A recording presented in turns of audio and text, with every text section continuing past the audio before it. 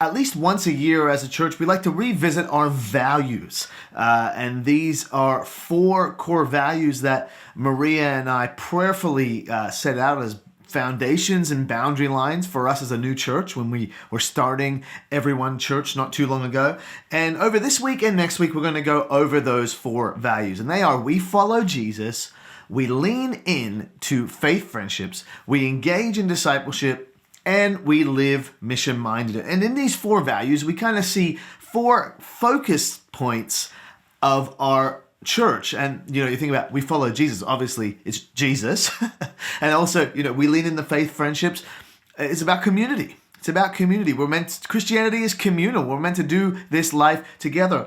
We engage in discipleship. Is about discipleship and spiritual growth, spiritual maturity, and that overlaps as well with our relationships, our faith friendships, and following Jesus. They all kind of overlap in many ways. And living mission-minded is about mission. So this is what we value as a church. And if you love Jesus, community, discipleship, and mission, you're probably going to love being part of Everyone Church.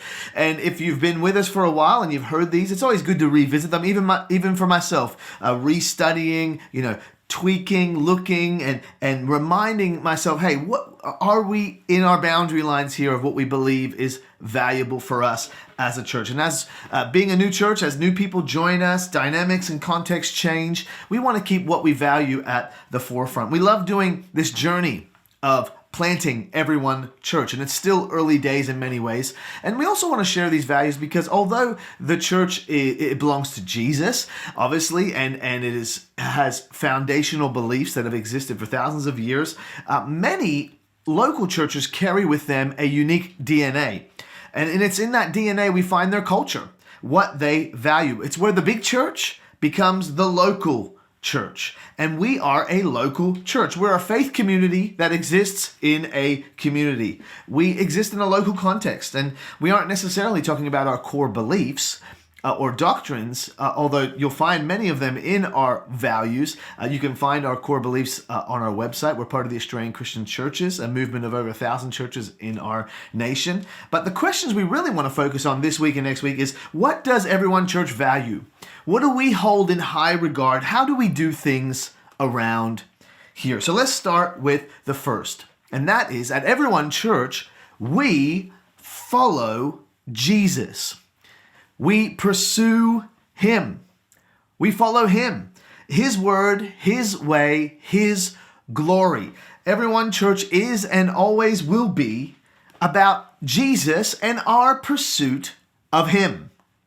Do you follow Him today? If we want to bring Jesus to everyone, everywhere, well, firstly, we have to bring Jesus to us. Well, it starts with us. It starts with our house. It starts with me and you following Jesus. It starts with us knowing Him and loving Him, walking with Him day by day. We don't follow personalities or trends. Jesus said in John 10, verse 27, "My sheep hear my voice, and I know them, and they follow me." Do you know Jesus? Do you know His voice? Does He know you? Do you follow Him? Of course, He's God. He knows everyone in a sense. But I think what I'm trying to say here is, are you following Jesus? Are you really pursuing Him in your everyday life?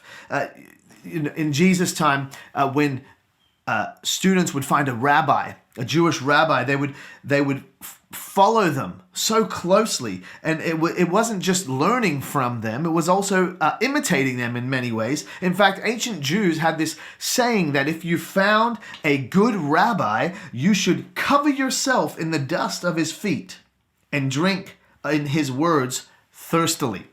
So you can imagine these disciples, these followers of a rabbi, following them around so close that the dust from their feet would flick on them. It's a little bit gross if you're not a feet person, but it's a very strong and committed standard. Or even Jesus just calling Himself a shepherd. My sheep, they know me. Sheep stay close to the shepherd. A shepherd smells like sheep. So Jesus wants to walk with you closely. He wants you to follow Him. Do you know Him? Are you following Him? Jesus says, "My sheep follow me. My son Elliot, when he was little, he used to do this game around the house, and he'd stand in a place and he would say, "All aboard the train! All aboard the train!" And it would be up to everybody in the house to drop everything they're doing and stand behind him, and he would start chugging, chugga, chugga, chugga, chugga, and we would follow him around the house. And if one of us, inevitably got distracted or just fell off, whatever, I got to get back to doing what I was doing. I was washing the dishes or whatever. He would yell out, "Hey, get back on the train! Get back on!" And you'd have to get back on the train, and in many ways, we are on the Jesus train. Now, I know that's a bit corny, but it's at least an image to help us remind ourselves. And sometimes our pursuit of Jesus lacks intentionality. Sometimes we get distracted. Sometimes we're just not dusty enough. And our following of Jesus becomes a dawdle or a religious association. And maybe we get distracted. It's like we stop allowing Jesus to shepherd every part of our lives. We just walk and dawdle at a distance. Why is that? We all need a reminder sometime. Get back on the train. Come on, get back on the train. In the Gospel of Matthew, Mark, Luke, and John, we read about the disciples, the followers of Jesus, and we learn about a whole bunch of them. And one we learn in particular about is Peter, Simon Peter. And we learn really more about him than any of the other disciples in some ways, because good old Peter, the more you read about him, you kind of learn that he is a man who followed Jesus, obviously. He was quick to speak and share his opinion. He was seemingly emotional at times, like he was kind of wore his heart on his sleeve, good old Peter. And I love Peter's journey with Jesus. And it all starts in Matthew chapter 4, verse 17, where we read, Jesus' first encounter with Simon, who would then be called Peter. One day, as Jesus was walking along the shore of the Sea of Galilee, he saw two brothers, Simon, also called Peter, and Andrew, throwing a net into the water, for they fished for a living. Jesus called out to them, "Come, follow me, and I will show you how to fish for people." And they left their nets at once and followed him. What an invitation. Come, follow me. This is where it all started for Simon Peter. And it would begin what one of the most epic journeys a person on earth could have. And he didn't know what was ahead of him.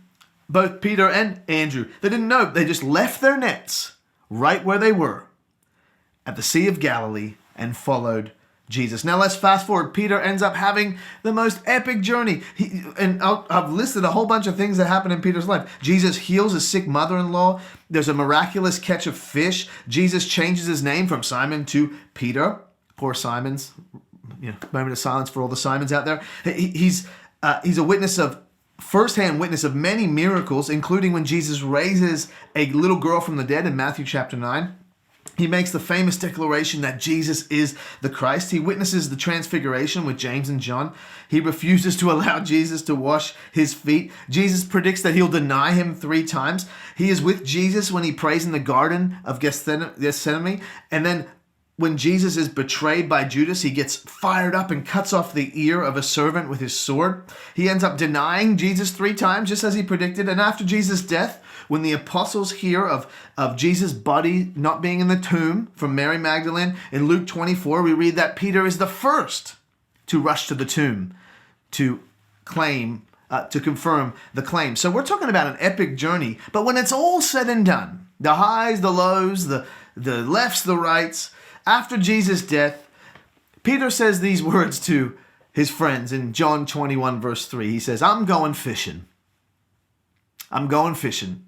He goes back to what he always knew to do. He was a fisherman. He had left his nets at the Sea of Galilee only to pick them up again. And while he's fishing, probably lamenting the fact that Jesus had died, his body was no longer in the tomb, Jesus appears to them and he helps them with another miraculous catch of fish. And when the disciples in the boat realize that it's actually Jesus, it says that Peter rips off his tunic, jumps in the water and runs to Jesus. That's good old Peter, right? And then Jesus and Peter have this conversation. And Jesus asks him 3 times, do you love me? Do you love me? Do you love me? Peter says, I love you, Lord. I love you, Lord. I love you, Lord. That represents the 3 times that Peter denied Jesus. And then Jesus says to him these famous words, follow me. Follow me. The same words that started the journey at the same Sea of Galilee, fishing for the same old fish. Jesus says, follow me. The invitation at the start was the same as the invitation at the end, which in many ways was still just the beginning of Peter's journey with the Lord. And what was Peter's response? It's kind of funny, actually. In John 21, it says, Peter asked Jesus, what about him, Lord? He's speaking about John. Jesus replied, if I want him to remain alive until I return, what is that to you? As for you, follow me. And isn't that just like us sometimes? I think we're all like Peter from time to time, constantly turning around, constantly comparing, looking at others. When Jesus is saying, hey, what's that to you? You follow me. Follow me. What would Jesus say to you today? He would say a lot of things, I'm sure, but I'm fairly confident that he would look you right in the eyes and he would say, hey, follow me. Follow me. That's why at Everyone Church, we follow Jesus. This is what we value. Are you following him today? I hope you are. And if not, get back on the train, as my son Elliot would say. We follow Jesus, value number 1. Our second core value is a massive one. Trigger warning here. At Everyone Church, we lean in to faith friendships. We lean into faith friendships. We look to do life with friends. We love one another. Well, now, what do I mean by lean in? You can imagine that posture of leaning in. I heard a friend of mine, Pastor Darren Bonnell, who he actually at the moment oversees church planning for our movement, the Australian Christian churches in our state. And I heard him share once how church people can be kind of categorized in 4 different categories. Now, I know categories can be very divisive sometimes, but I think this rings pretty true. And you tell me if you agree. But these 4 categories are all out people, lean out people, lean in, and all in. All out, lean in, all in. Now, all out people, they're all out. They want nothing to do with church. You know, you can't convince them, bring in a big enough guest, put on a big enough free feed to get them there. Lean out people always are kind of like hanging around and sometimes look like lean in people, but they're much closer to being all out than anything. Lean out people need more convincing all the time about why they should press in to church and not much convincing to miss it or to leave. Lean in people, on the other hand, have an attitude that doesn't need to be convinced into everything. And although they may not be all in just yet, they are not far off. Their posture is positive. Like you're leaning in to hear. And all in people, well, they're planted. They're all in. They don't need arm twisting or motivational speaking. They are all in through it all for the long haul. What category of person are you today? Are you an all out, lean in, or all in? I've definitely been all of these in my Christian life, in my church life journey. And let me tell you something, being a lean out person is exhausting. It's no fun at all. And I get a sense for us, though, in our church planning journey that we have a whole bunch and the group is growing, of lean in people. Lean in. And it's up to all of us to take the step to become all in. You know, you can't plant a church with anything less than lean in people. Having lean out people and say, hey, come on, let's get on board with this. Oh, it's a headache. It's painful. All right, but lean in people. Oh man, lean in and all in people. We can get something done. We can start building little by little with lean in and all in people. And I know that things move at the speed of trust. In some ways, it'd be just silly to be all in right away. We need to learn to journey together and trust one another. But I hope that as you lean in, you head towards all in. This is what we mean when we say at Everyone Church, we lean in to faith friendships. Our posture is leaning in. Our ears and our eyes are open to faith friendships and genuine community. Now, why is friendship so important? Well, because it's important to God. First and foremost, he didn't design us to walk alone. And Jesus, the one that we follow, that we just talked about, he showed a pattern of community and friendship in his life. I think that's very, very important for us to note. When Jesus was about to endure the cross, he lays out some very important last teachings to his disciples. And he says this in John 15, verse 12 to 15. This is my commandment: love each other in the same way I have loved you.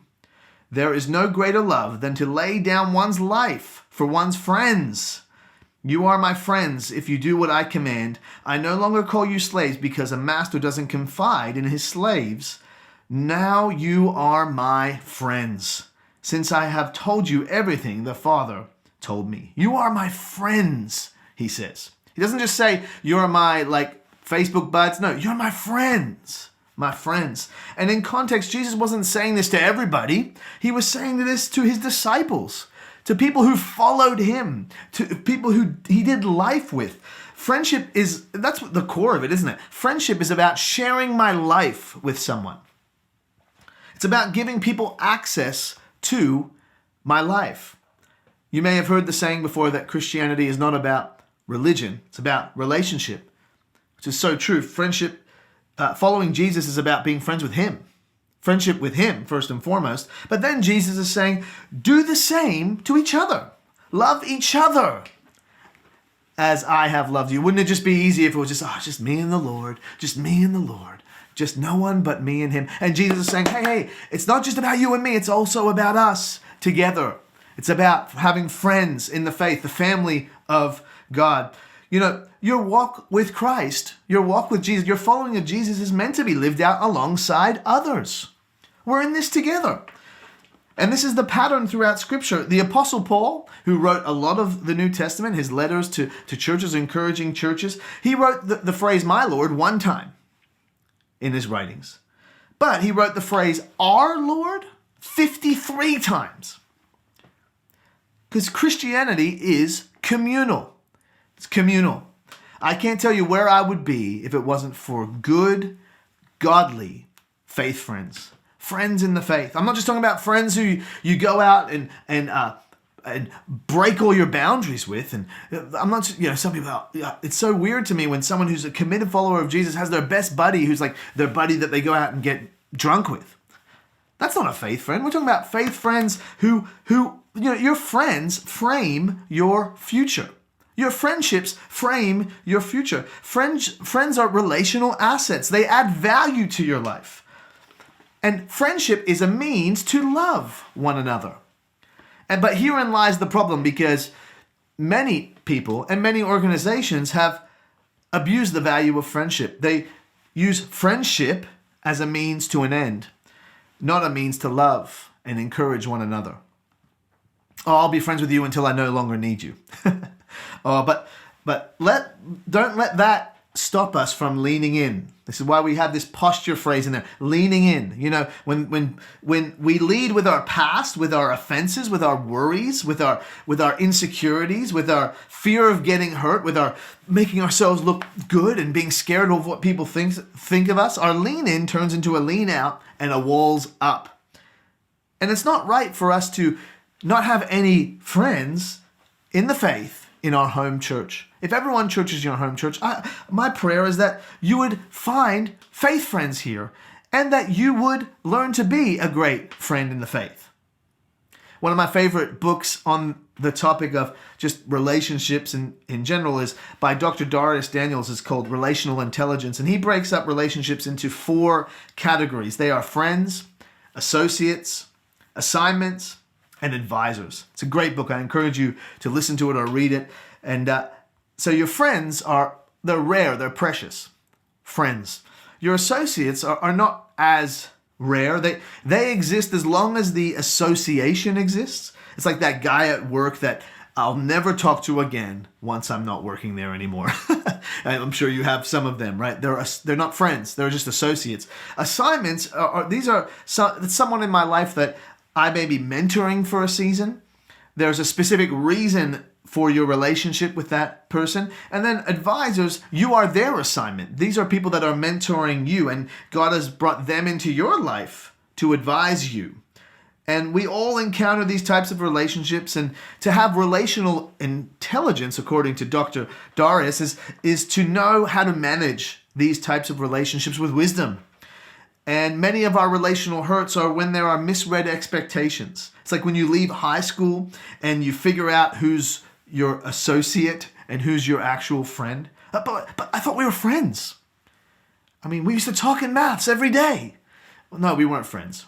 We were just associates, right? And this is important to note because church can become an association. It can become an association where we only relate to one another to the extent by which we're associated.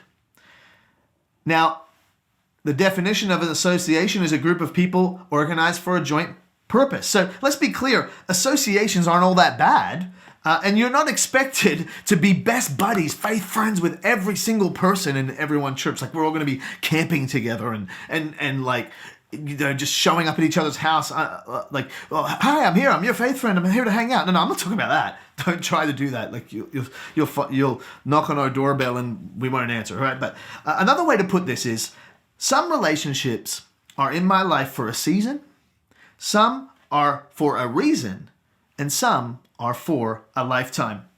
When we talk about faith friendships, that's what we're talking about. We're talking about purpose partnerships. And that purpose is to pursue Jesus together.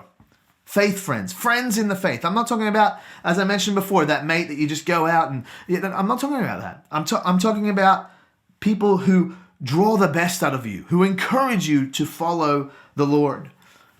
And someone who encourages you towards Christ and Christ likeness.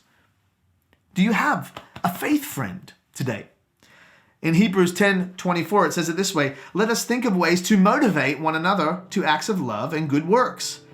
And let us not neglect our meeting together, as some people do, but encourage one another, especially now that the day of his return is drawing near. I mean, we are a new church community. God is weaving us together. I love this idea that, we're not just like, oh, here's so-and-so and so-and-so. They high-five in the foyer, but they want nothing to do with... No. God is weaving us together like a net. He's weaving us together as a church community, as a church family in many ways.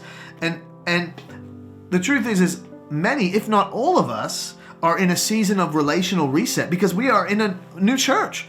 Even if you joined our church in day one, it's only been a couple years, you are probably still in a season of relational reset, and that's okay. Let's have a lean in to faith friendships. Let's do life together. So at Everyone Church, we follow Jesus. We pursue him. We follow him and we lean in to faith friendships. We seek to do life with one another. Our posture is lean in. I hope that, and I say this with grace, but that someone who just wants to just come to church and sit in the back row and disappear and never talk to anyone, they're probably going to have a hard time being part of Everyone Church because we are a faith friendship community. Amen. And I'm so glad that you would join us and be part of that with us. Jesus and community. And next week, we're going to do values 3 and 4 and round this all out. But I just want to pray for us today as we journey on this journey of establishing Everyone Church on these core values. Can I pray? Oh, maybe you're here today and you're in a bit of relational deficit. Maybe you haven't been following Jesus the way that you know you should. I want to pray for you today. Let's pray. Lord, I thank you for every person that's joining us online today. And I just come before you in a fresh way, Jesus, and I say, I want to follow you. And I pray for every person who is joining us today for church or watching later in the week or whenever. Lord, I pray that we would have a fresh sense of wanting to follow you. Lord, that we would have your dust on us in a sense. Lord, that we would get back on the train, that we would follow you. And not only that, Lord, that we would do it together in faith community, with faith friends. And Lord, we lay down our relational hurts, times where our expectations haven't been met or where someone has abused trust or weaponized friendship as a means to an end. Lord, I pray that you would help us walk in healing and not be scared to lean in to faith friendships and help us know the richness of Christian community in Everyone Church, that it may impact the world around us and bring you to everyone everywhere. In Jesus' name, amen. Amen. Well, hey, thanks for joining us. this week for Church Online. I hope you can join us next week, and we'll see you at an in-person service in the next couple of weeks. We love you. Hey, let's follow Jesus and let's lean into faith friendships. Come on, you got a friend in me. I hope I have a friend in you. Have a great week.